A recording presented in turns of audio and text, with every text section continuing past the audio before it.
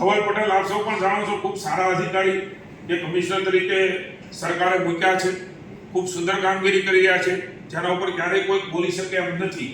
એવા વ્યક્તિને મૂકીને જ રાજ્ય સરકારે ઈચ્છા શક્તિ વ્યક્ત કરી છે કે આમાં કશું ખોટું કરવા માંગતા નથી. એટલે સહાયકોની એની પણ ભરતી કે જે તે વખતે 2430 એમની પણ ભરતી થઈ ગઈ હતી, એમને પણ યોગ્ય જગ્યાએ મૂકવામાં આવ્યા છે. અને સાથે સાથે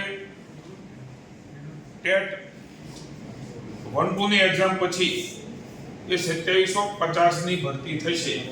આવી વાત રેશિયો નક્કી થયેલો હોય છે, કેટલા વિદ્યાર્થી એટલા શિક્ષક હોય.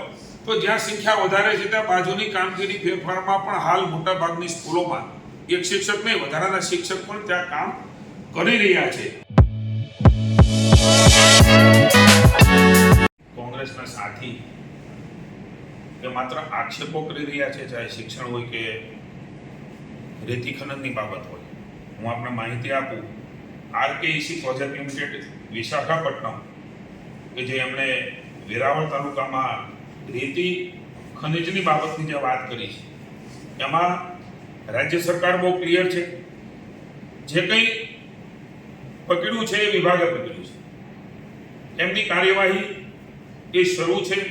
કોઈ પણ વ્યક્તિ કે કંપની હોય એમને નોટિસ આપવાની હોય છે, નોટિસનો એ જવાબ આપતા હોય છે, અને લગભગ 2300 જેટલી રોયલ્ટી પાસ એમણે રજૂ કર્યા છે. એમની ચકાસણી થઈ રહી છે.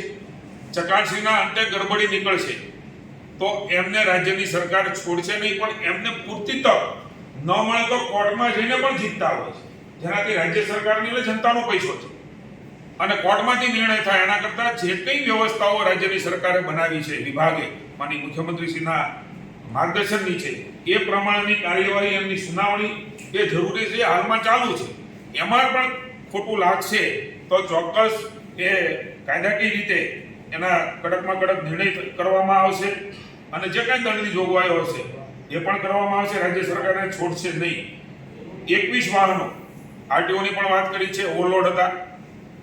આરટીઓએ 3,02,000નો દંડ કર્યો છે. એટલું કંઈ રાજ્ય સરકારની ઈચ્છા છે.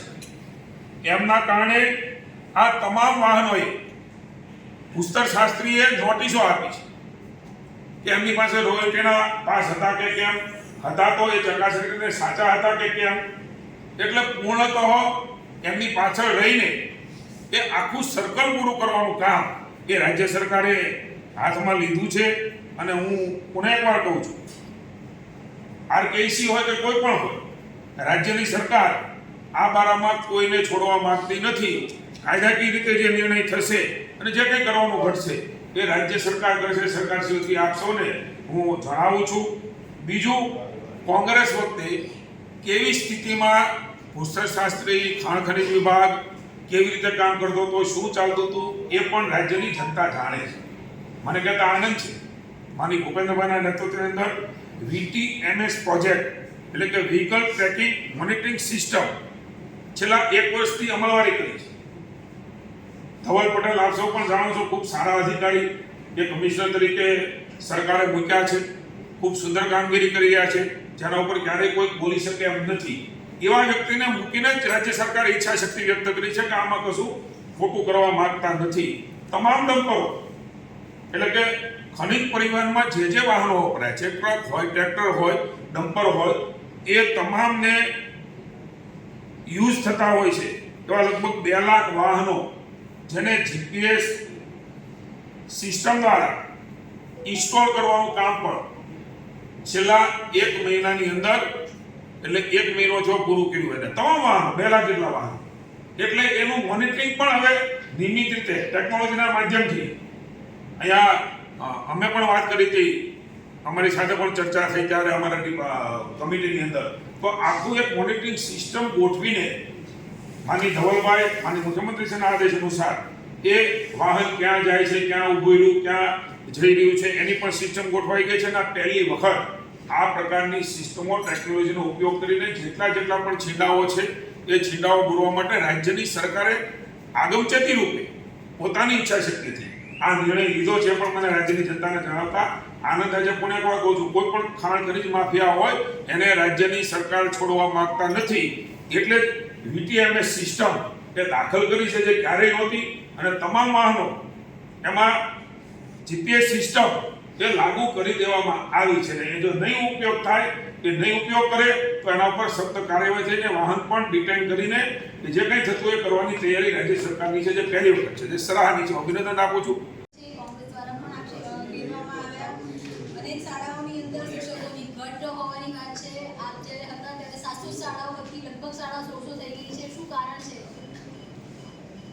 બે ત્રણ બાબતો ખાસ કોંગ્રેસના મિત્રએ કરી છે, ત્યારે આપણે કહ્યું એ પણ વાત છે, ને સાથે સાથે ટેટ 1 ને ટેટ 2 એક્ઝામની પણ વાત એ કોંગ્રેસી મિત્રો દ્વારા થઈ છે. ત્યારે ટેટ 1 ટેટ 2 મારા નામથી જ્યારે વાત કરી છે ત્યારે આપ સૌને હું જણાવું છું કે ટેટ 1 અને ટેટ 2 ની એક્ઝામ એ મેં જે સમયપત્રક માનનીય મુખ્યમંત્રીશ્રીના માર્ગદર્શન નીચે મારી પાસે જવાબદારી હતી ત્યારે શિક્ષણ મંત્રીની, એ મુજબ પરીક્ષાઓ પણ લેવાઈ ચૂકી છે.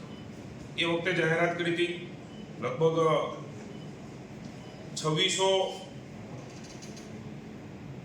વિદ્યા સહાયકોની, એની પણ ભરતી એ જે તે વખતે 2430 એમની પણ ભરતી થઈ ગઈ હતી. એમને પણ યોગ્ય જગ્યાએ મૂકવામાં આવ્યા છે, અને સાથે સાથે ટેટ 1-2 ની એક્ઝામ પછી એ 2750 ની ભરતી થશે. આવી વાત એ જે તે વખતે મેં કરેલી. મને આનંદ છે કે પહેલા ફેઝની ભરતી થઈ ગઈ છે. બીજા ફેઝની પ્રક્રિયા ટેટ 1 ટેટ 2 ની એક્ઝામ પણ ઘણા સમય પછી માનનીય મુખ્યમંત્રીશ્રીના ભૂપેન્દ્રભાઈના આદેશ પછી એ શિક્ષણ વિભાગે મારા વખતે જે તે વખતે લીધેલો. આ ભરતી પણ થવાની છે. સાથે સાથે વધારાની ભરતી પણ થઈ છે. એમના માટે ભૂપેન્દ્રભાઈ માનનીય મુખ્યમંત્રી છે ને શિક્ષણ મંત્રીશ્રીએ એ તૈયારી કરી છે. આપ સૌ જાણો છો કે ભરતી પ્રક્રિયાના નીતિ વિષયક નિર્ણય એ પણ લેવો જરૂરી છે. કેટલીક વાર અરજીઓ ખૂબ આવે અને યોગ્ય મેરિટવાળા એ ભરતીમાં ન મળે તો પણ પ્રશ્ન આવે. એટલે આવા અનેક પ્રશ્નો આપે પણ એમને વાચા આપી છે. એમાંથી જ નીતિ નવી બની રહી છે. એ નીતિ બન્યાથી તુરત જ માત્ર 2700 નહીં, વધારાની ભરતી પણ એ ટેટ 1 ટેટ 2 ની એક્ઝામ જે લીધી છે એ વિદ્યાર્થીઓની છે, જેનાથી ખૂબ મોટી ભરતી પણ ન દેખાય. જરૂર હોય એ જ મેરિટવાળા, અને તમામ વિભાગમાં, ન માત્ર શિક્ષણ વિભાગ, રાજ્ય સરકાર એ તમામ વિભાગમાં નીતિ વિષયક નિર્ણય એ લેવા જઈ રહી છે.